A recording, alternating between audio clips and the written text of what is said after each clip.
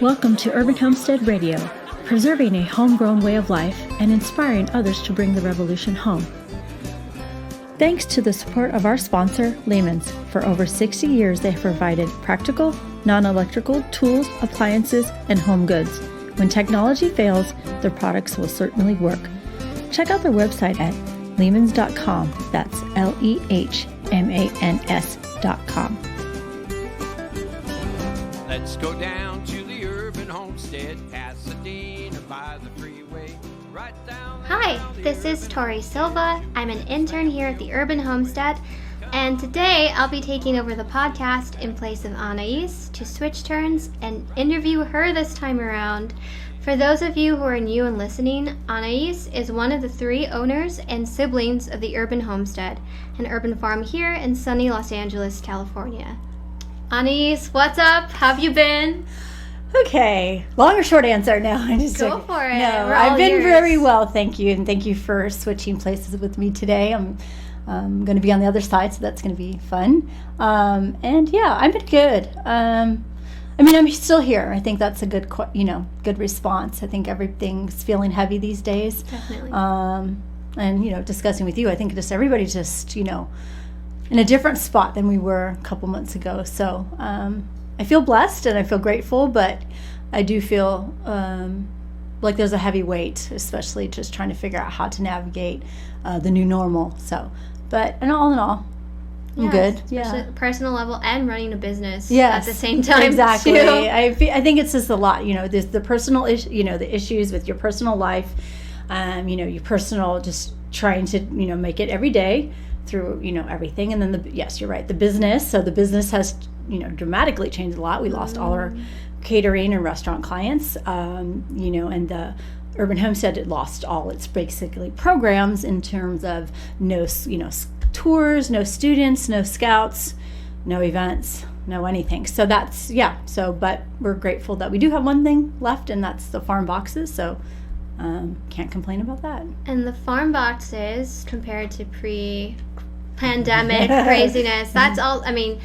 While everything else has been on hold, that's the one thing that's been consistent. And I think you mentioned earlier that it's something that has actually gone up. Do you see a higher demand during these times? Yes, I do. What do you think the correlation is?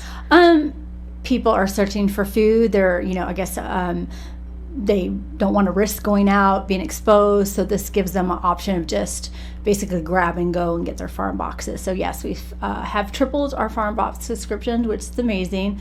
It's definitely more work, but then, like I said, we're not doing anything else, so might as well, right?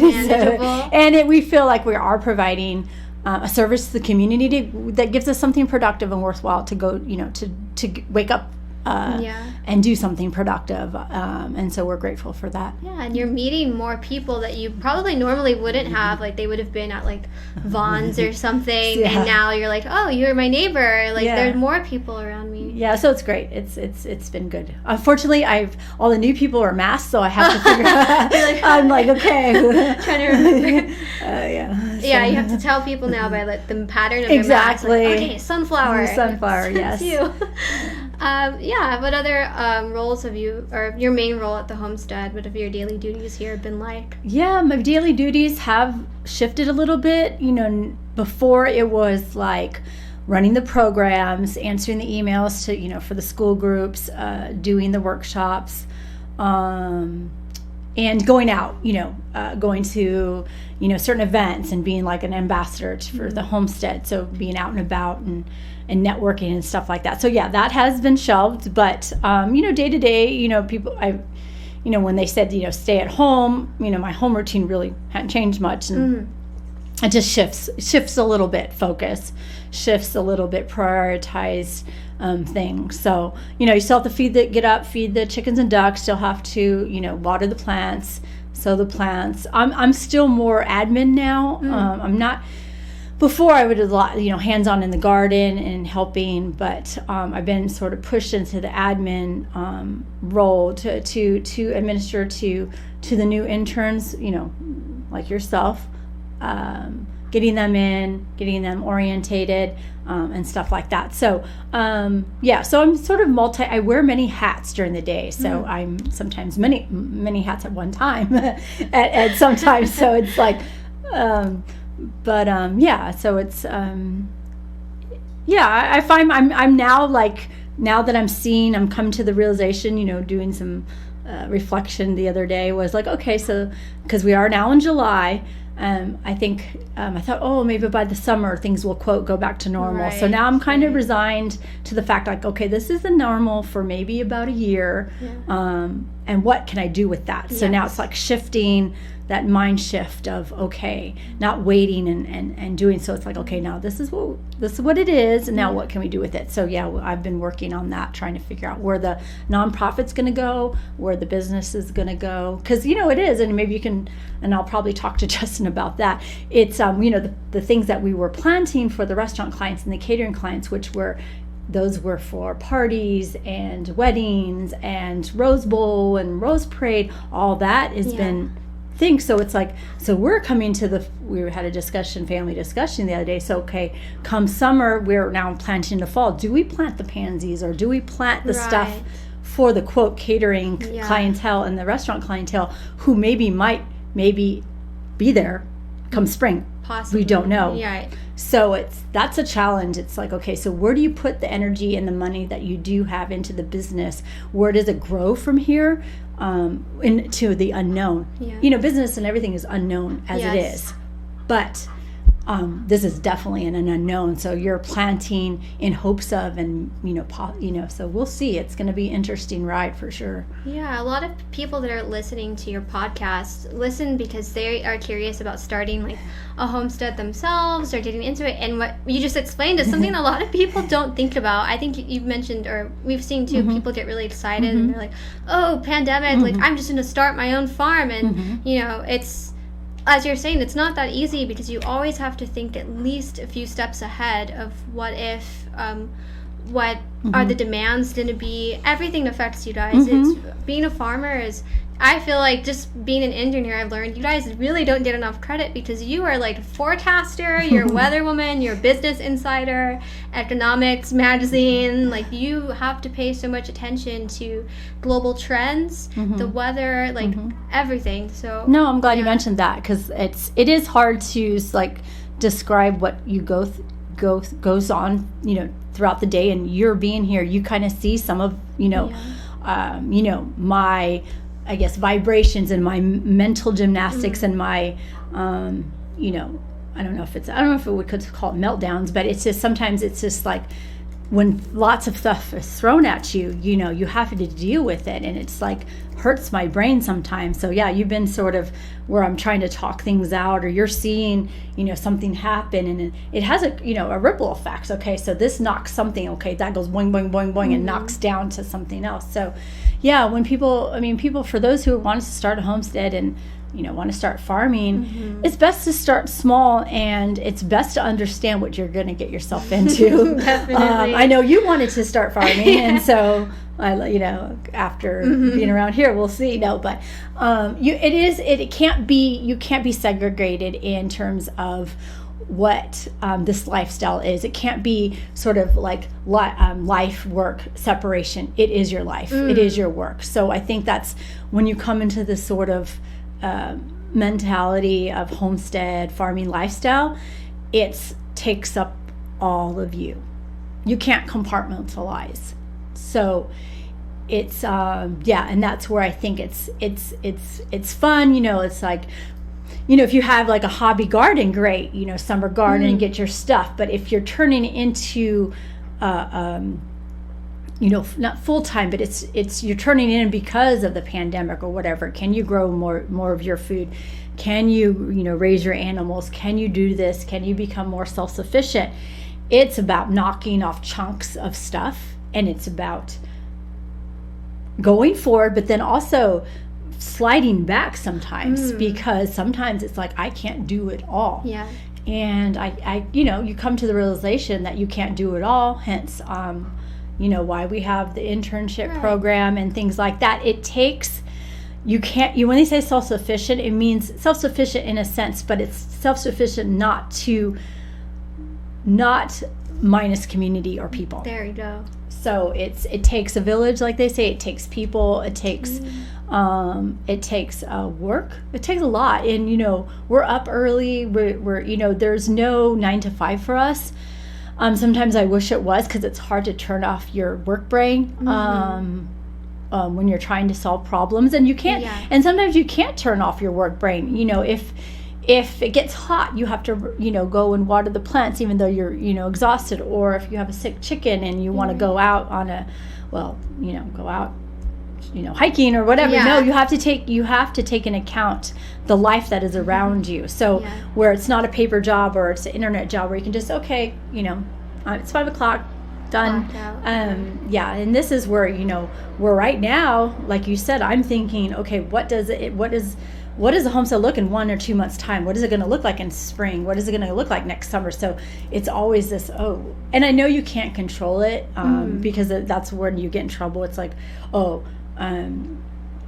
knowing you think or this is what you plan, because what they say, God laughs at your plans and stuff like that. So you can't be in control where it's like tight control, but you have to be forward thinking. You have to be looking and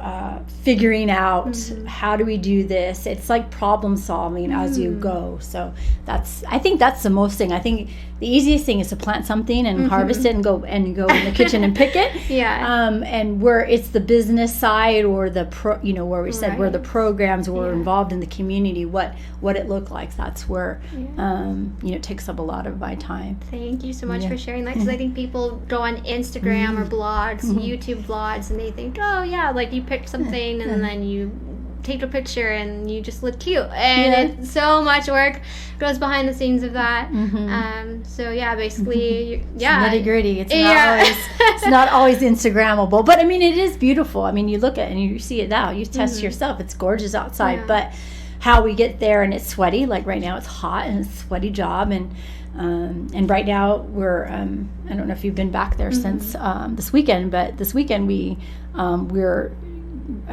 chicken coop and duck compound and goat compound renovation, so that's exciting. And so we came to I think what we did was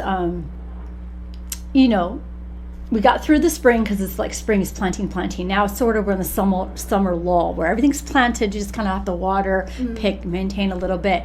And so it's like, okay, as a family, like, okay, what are we going to do with the homestead? Where are we going with this? And so now that we're still sort of stuck at home, and there's no going to be any workshops or maybe tours for the foreseeable future, it's like, okay, so what do we do with this time? So what we decided to do with the time is let's make homestead improvements that we've always been wanting to do. I love that. Homestead improvements. Improvements that we've always wanted to do. So it's like, okay, so we're quote stuck here. We have time. We're not divided where we have to like, we have to do a workshop today. We have school tour day. So there's no like, it's just farm boxes. So we have these chunks of time now. So it's like, okay, let's maybe put in the rain tank. Let's put in let's make the animal compound, the farm, the animal farm compound improvements. So let's do that now, because we have this sort of time, quote, free time. And so maybe that's a good thing to maybe just reflect back home and do what we've always wanted to do. So that's our summer project goals for this year. So no, it's a great breather during this time to just have the veggies kind of do their own thing, and you can build in the meantime. And I mean, everything's on hold, but that gives you enough space in between to work on your projects.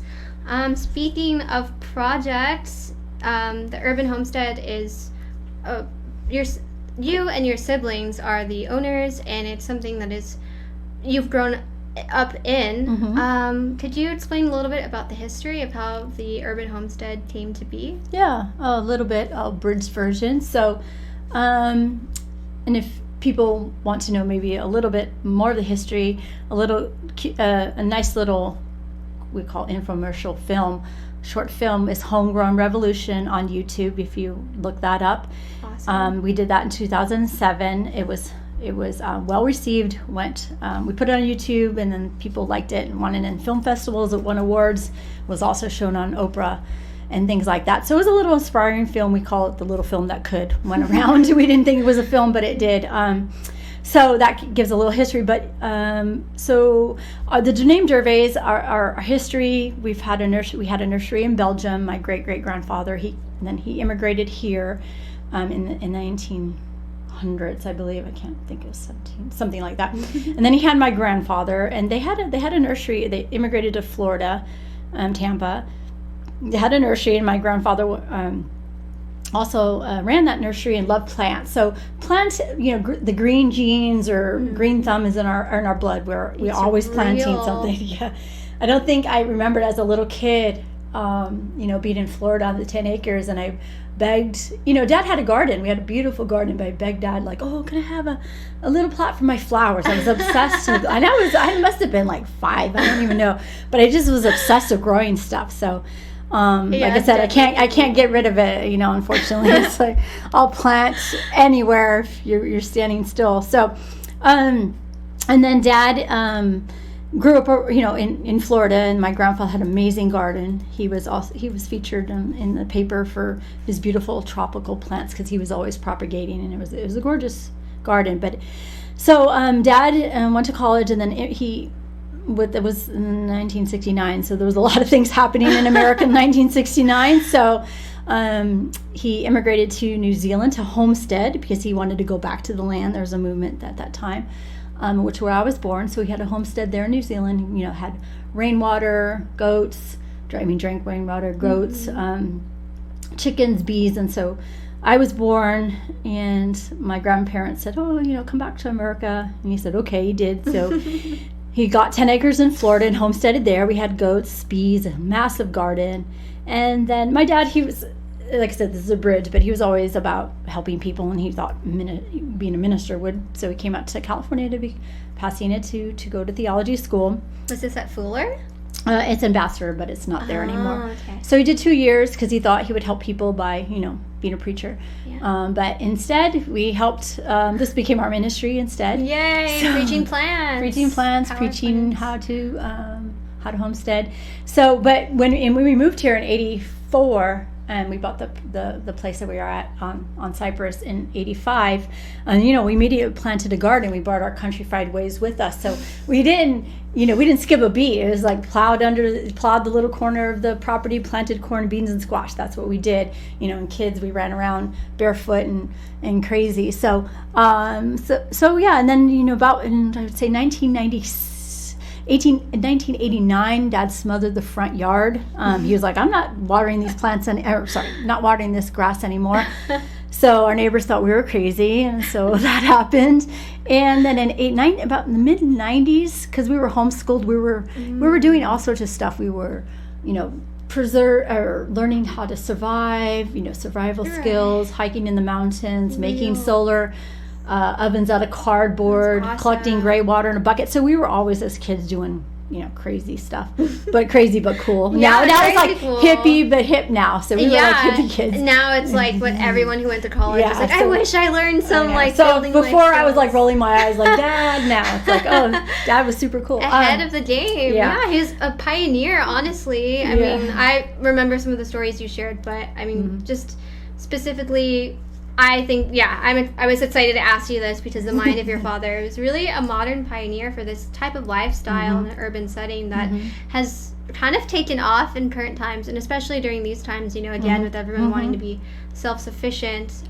What do you think some of the traits of somebody who wants to create something like a homestead, turn their home into a homestead? Yeah. What are the traits that you feel that have helped you?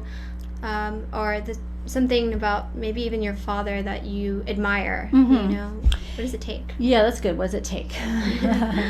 It takes not knowing that you don't know anything. It takes faith. It takes courage. It takes, it's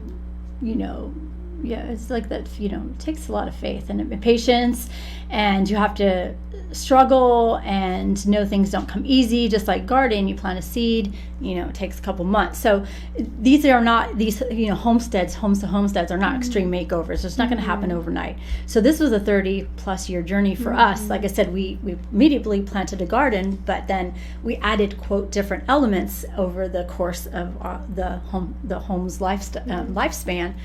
Was like, okay, let's do solar panels, because the city of Pasadena offered a rebate for solar panels. So we just started. What we did was we made what the elements of a homestead look like: water, waste, food, animals, DIY, community. So all these elements. And you can, I think, look online.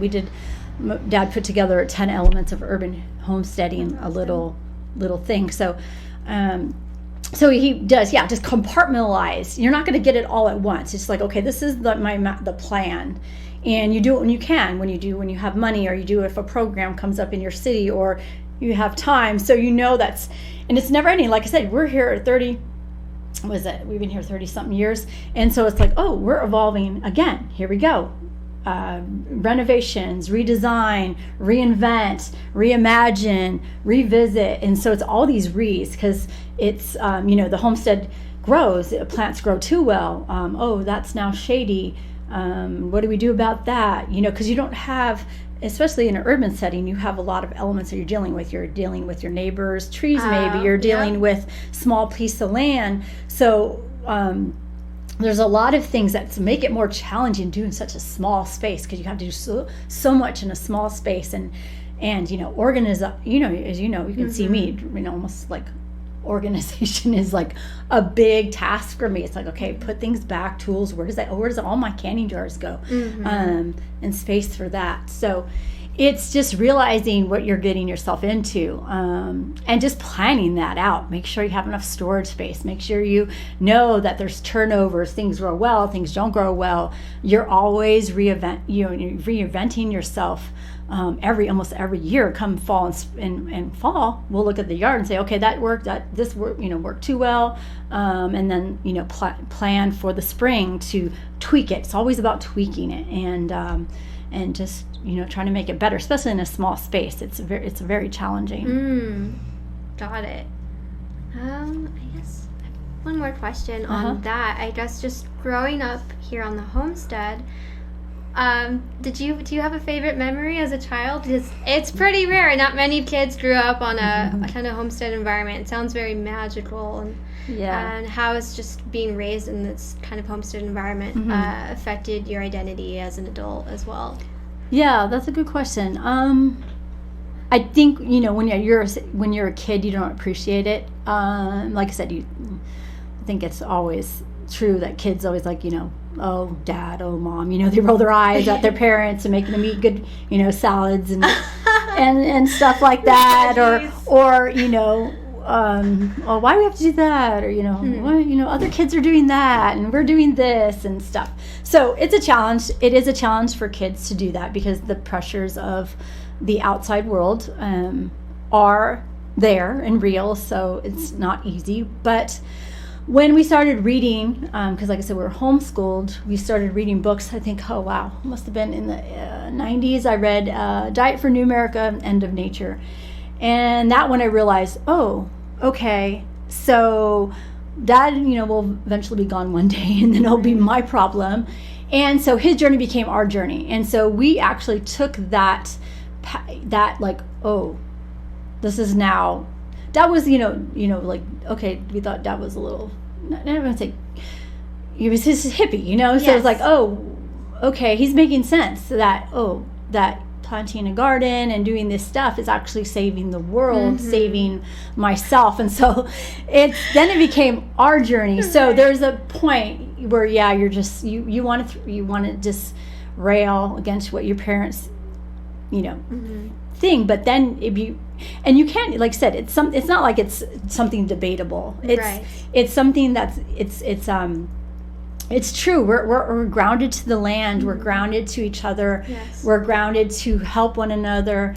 We're here to be good stewards of the planet and the people and the animals. So what you can't really, as when your kid mind goes to adult mind, what are you gonna rebel against that. You're just like, oh, it starts to make sense. And so that's when the homestead sort of became ours. So, at that time, then we started, my brothers got into biodiesel. We started bringing in the chickens and the ducks and the goats. So then it became like, oh, a wake-up call for us. And we're like, yeah, let's see how much we can do on this little piece of land. Because we always, because I came from 10 acres in Florida, I thought, oh, this is too small. I don't want to be in the city. And we often looked at land for sale, but we just never weren't able to get it. Every time we look, something happened. And that's when Dad said in 2001, he said, let's see how much we can grow on this little patch of land. Let's see what we can actually do. Because everybody's like, oh, grass is greener if we only had more land. This is not big enough. Everybody is looking at what we don't have. And so he said, well, let's look at what we do have. Yeah. This is what we have, and let's see what we can do with it. And so, and so that's what we did. And that's when we put ourselves online and back in the 2000. And I remember sitting there talking with Dad, and he was like, oh, maybe you should write about, because he's like, there's, at that time, there wasn't blogs, so there was nothing, there was no, really homesteady stuff online at the time.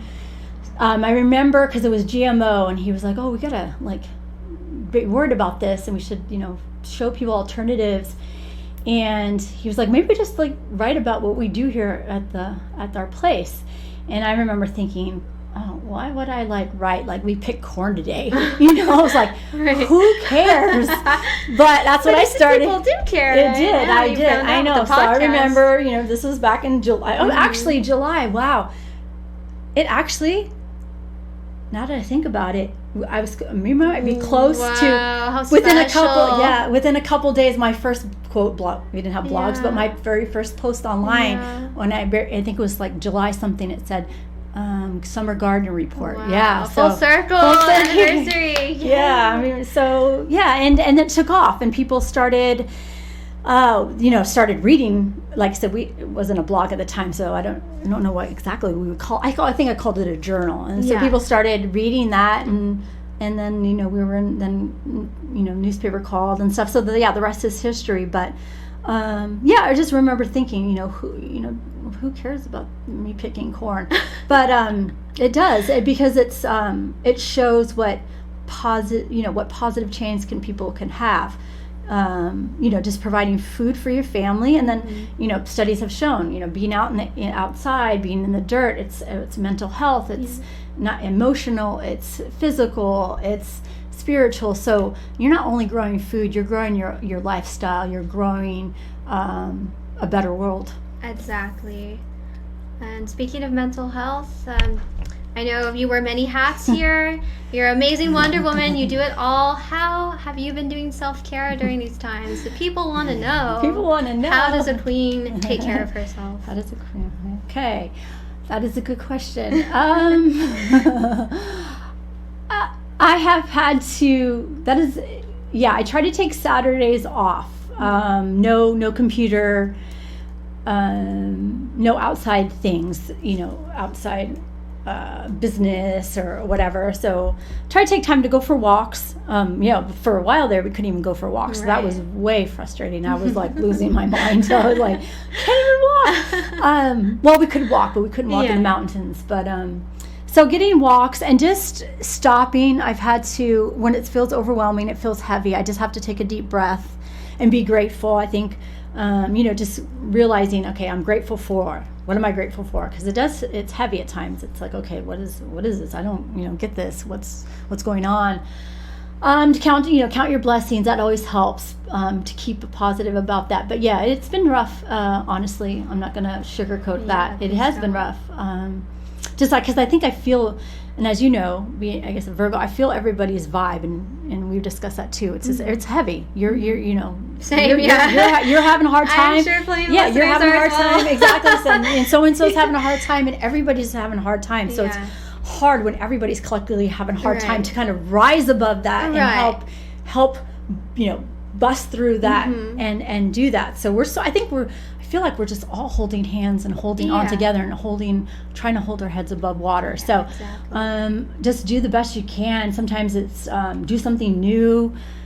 It's hard because sometimes it's it's like you get in a routine, and then you're like, oh wow, where did the week go? And then you're exhausted, and you're like, how can I be exhausted when I have less work? Why am I so tired? So I think it's just a heaviness. So it is about I'm trying to do a little bit more exercise, going walking, enjoying some binging on some Netflix things, just to release, all my brain working overtime. So, definitely. Yeah, good self-care for sure. Just chilling and not being too hard on yourself. And just know you can't do everything, and just step back. Say, okay, I did my, they'll be tomorrow, God willing. So.